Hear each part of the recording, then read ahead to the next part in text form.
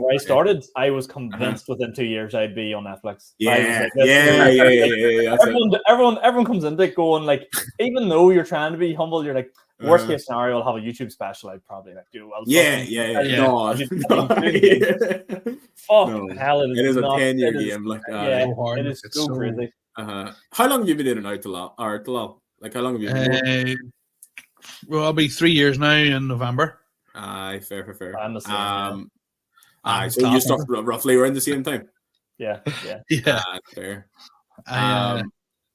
It is one of those ones where like sort of like we sort of started in a real good time because we got to do deadly gigs real early because we entered at the boom, and every gig we went on was like selling out and fucking it was great. So I definitely found this year a lot tougher to even get like gigs and. That's just my own. There's also more comedians out as well, though, and people and like they're hungry as fuck. Like, that's the thing I keep not understanding is like I always thought it was for the longest time somebody must have said it. It was one of them comedians. So like I don't be like asking for gigs. You know what I mean? And then I'd be like no, but for the whole time I know, but that's what I'm saying. Like for 3-4 months, I was just kind of like I would show up the Madness or whatever, and then somebody would be like, "Oh, do you want to do Pavilion? Do you want to do something out there?" I'd be like, "Oh, yeah, 100%, But I've never like from then. I've only recently started to be like, "Here, have you got any spots?" And that's sort of the key of it. I think the other weird thing that I have is obviously the online presence too.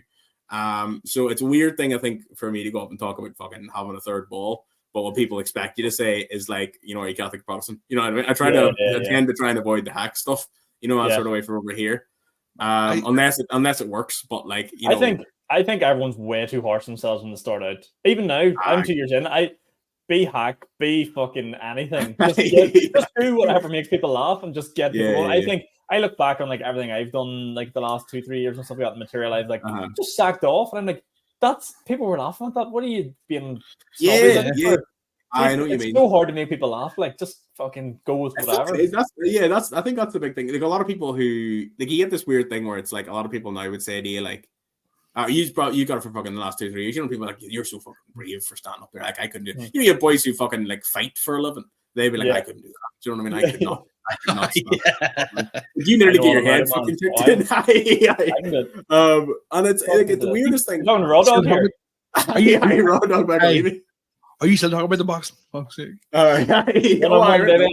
one, yeah. Didn't he want to be? No.